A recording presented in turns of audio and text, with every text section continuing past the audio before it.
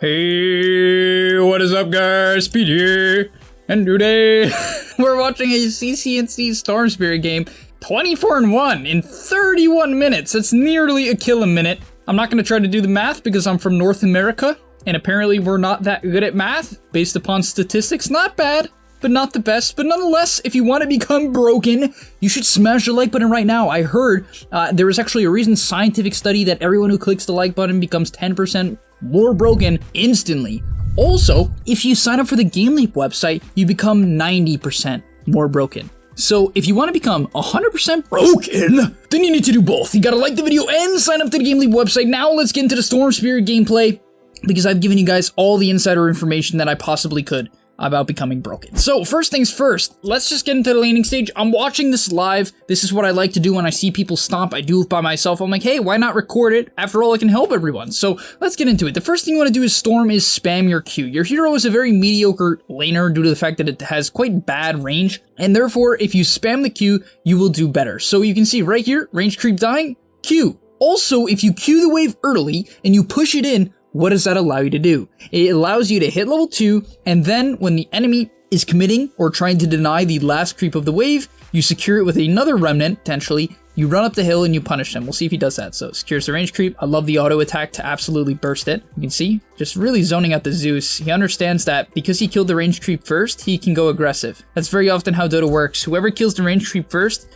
can go very aggressive, as the range creep not only gives a lot of XP and gold, but it also does the most damage out of any of the creeps. So another Q, didn't actually get either of those CS, so not too good. You can see, Zeus is a great player. This is why it's a high MMR game. The Zeus is rank 55. You see how the Zeus was hardcore backing up before the Storm even secured the last two creeps? It's because he understands that this power spike and this creep wave means disaster for him. So great play by the Zeus, prevents him from getting gone on now. At this point, it's really easy to grief these CS. You can see he's doing a great job making Zeus miss almost all of them. Actually, literally all of them. I think Zeus will get that one. Gets it. But guys, if you are playing a ranged hero, please, I see it all the time, especially when I'm watching like 0 through 3 KMR games in particular. People will push the wave under tower, which is fine. It's good in the mid lane. Then they will literally stand on their hill, spend 3 seconds with the shop open, trying to buy items, shift Q the items, buy them, and actually contest the creeps. It's really beneficial. So the next major advanced thing I want to talk about is CCNC's approach to the 4-minute rune. Now, you might be saying speed, but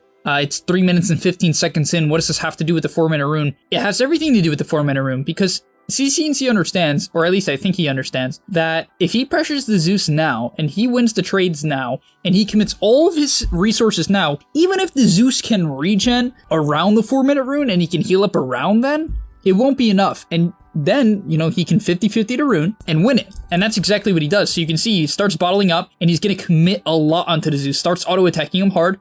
He's going to queue up the range creep, hits the Zeus, right? And all of this damage, it's good even if it wasn't for securing the Rune, but it really, really, really is going to allow him to body the Zeus in a moment here. And you can see it in a second. So as Zeus is running for the Rune, he hits him with another Q to slow him down, right? Uses the auto-attack Q animation and bodies Zeus off the Rune. And because of that, he gets the Arcane Rune, which obviously is so important. Now, if he hits level 6, he nearly can kill him, but in this case, he actually just nearly dives, throwing out a very early Q to nearly pick up a kill onto the Zeus. This was almost an insane outplay. He actually made a small mistake, which I'm sure he was mad at himself about. Players at the high level usually will become relatively frustrated at themselves rather than their teammates. That's a great mentality to have. When you make a mistake, get mad at yourself. Not for forever, but let's look at this play. So he's currently getting dove. A Wind Ranger TP'd in. She's trying to shackle him. She goes for it, doesn't connect. And he understands that he can turn. Now, why can he turn? Well, he has bottle charges. He's under tower. But most importantly, there's one thing that most players would not note. Zeus is out of mana. So imagine if CCNC didn't do everything he could to secure the rune. That's why he's a 10k MMR player or 9k MMR player. That's why. Because if he didn't secure the rune and Zeus had mana right now, and he didn't know that the Zeus had no mana, or, you know, basically no mana, he couldn't make this play. Him stepping up here would be suicide. But it's not suicide because he knows that the Zeus only has 1 Q remaining. And because of that, he could have killed the win. Unfortunately, he did not get the last auto attack off, so he wasn't able to secure the kill. Would have definitely been a kill. But nonetheless, a great time to turn, and most players would not have recognized that scenario or even set it up at all. And by the way, this is a trend I've been seeing as of late. I don't know if it's intentional or not, But it seems like he knows there's a rune here, right? Because right now he has no vision of this rune. It's not 5 minutes, so it hasn't spawned yet. And yet he walks up and takes it. This is the rune that spawned at the beginning of the game, and it is still here. No joke, I've been seeing a couple of players do this, so it's something to look out for. You're in your pubs, whether or not, it's just shutting it down, or even in the first place, just telling your, position 4, position 3 to leave it for you, because this is a game-changing rune, right? With this, all of a sudden, he's able to take this camp, and now he can get the next one whenever he wants, right? The enemy team is going to assume, oh, the Storm got the rune, right? After all, he has bottle charges. But now he can head right back and pick it up. And that's exactly what he does. Now he's full resources with 3 charges. And because of this, he can actually potentially TP top, which he's definitely looking at doing. Why is this a good TP? Well, his teammates are low on health, and they are low on health. Both are very important. Them being low on health is pretty self-explanatory. It lets you kill them. But the reason why your teammates being on low on health is important is because it means the enemy team is going to overcommit. Anytime someone is low on health, one person is going to chase. And that's exactly what happens here. The Bloodseeker is going to chase, overcommits for the Ogre Magi. He's obviously going to be able to zip in, secure that kill, picks it up onto the Bloodseeker, and snipes the Courier. Doesn't decide to chase the win, which I like. He kind of just understands, hey, I'm not going to burn the rest of my mana pool. And most players would. Right, guys? Most players really would chase the win here because they're like, oh, I'm ganking, I might as well full commit, right? Absolutely not. Do not full commit. Do not waste the rest of your mana pool. Save those bottle charges so that you can go back to mid and farm. Because otherwise, he has to walk all the way back to base and will not have TP. And this is my favorite part about all of this. Now, because he did not overcommit onto the Wind Ranger, he did not waste any extra mana on her, he can kill the Zeus. And these are the decisions that most players would overlook. What they would say by analyzing this gameplay is, he just zipped on the Zeus and kill him. I could do that. Yes, you could. But would you have the resources after ganking to kill the Zeus? Probably not. Because most players would waste their resource. Trust me, I've watched a lot of Storm. I've coached a lot of Storm. Anytime someone ganks in your average pub, they're always out of mana after the gank. But he's not in this case. And therefore, it's a solo kill. The next decision he makes is also an important one. He manages to find a haste rune, and anytime you have a haste rune, if the enemy team is pushing up very far, you can gank them. Also, he has a clarity going. Clarities are very important on Storm. Why do people not buy clarities on Storm? I see this all the time. Buy the I don't care if it's 5 minutes in, 6 minutes in, 7 minutes in, 33 minutes into the game, 45 minutes into the game, 60 minutes into the game, 77 minutes into the game. Doesn't matter, just buy clarities. Keep your mana going, keep your mana up. Right? You want to be active, you want to make plays, you want to be farming, fighting, it doesn't really matter. You want to be doing something on Storm because that's what this hero can do. It just requires a lot of resources, which is why it can feel hard to make the plays, but it is always possible to make plays. That's the big difference. And yeah, he's able to get a nice little quick kill onto the Wind Ranger, which is good. Now right here, we see some really good map awareness. CTB is back mid, and you can see within a second of the Tiny finding the Zeus, he starts shifting over. And that's just great map awareness. He did consider shoving in the mid wave, but he saw that the Zeus is chasing the Tiny. And when Zeus chases the Tiny, what does that mean? It means his focus is on the Tiny. And even top players, even a rank 55 player, they don't always have the awareness to literally try to kill someone and look at the minimap at the same time. That is very, very hard. And so CCNC understanding this concept, or just, having the intuition to do that, sees that the Zeus is going out of position and walks straight at him and picks up the kill. The Zeus clearly had no idea it was coming, even though it was very clear on the map, and because of that, he picks up another kill onto the Zeus. And now Zeus has no game. It is quite the disaster for the Zeus. The next thing I want to mention is a little engagement here. Then we're going to skip more so ahead towards the mid game, but he's about to pick up a free little kill onto this Undying. He just ganked the Wind Ranger as well, doing a very good job conserving his mana. You can see always has a clarity going, has a wand, has a null, has treads, has bottle, always has plenty of mana items going, always switching his in treads, and doing a really good job of reserving this mana. But the most important thing here is the fact that he doesn't go bottom, he goes back to mid. Why? Because when you go mid, you have rune control, right? You have rune control, which is important. You can push in the mid wave, you can then gank either top or bottom. And can he gank the enemy safe laner? Does Storm Spirit kill Morphling? No. Storm is very bad at killing Morphling until you have Orchid. It's just not a good matchup. It's just pretty hard for you to burst them, kind of how it goes. Unless you have some sort of a stun. Maybe there's a Fiend's Grip, then sure. But that's obviously not the case here. And so what does he do? Doesn't even consider ganking this Morphling. A lot of players, they'd be like, kill the Morphling. And they would run at him, but he's smart enough to say, okay, that's just not a good matchup. It's just a hard kill. And so he doesn't bother even going to it. And instead, he picks up another kill onto the Zeus. By the way, he bought a casual cloak. I actually can't believe this, but he no joke bought a casual cloak. No joke on the cloak.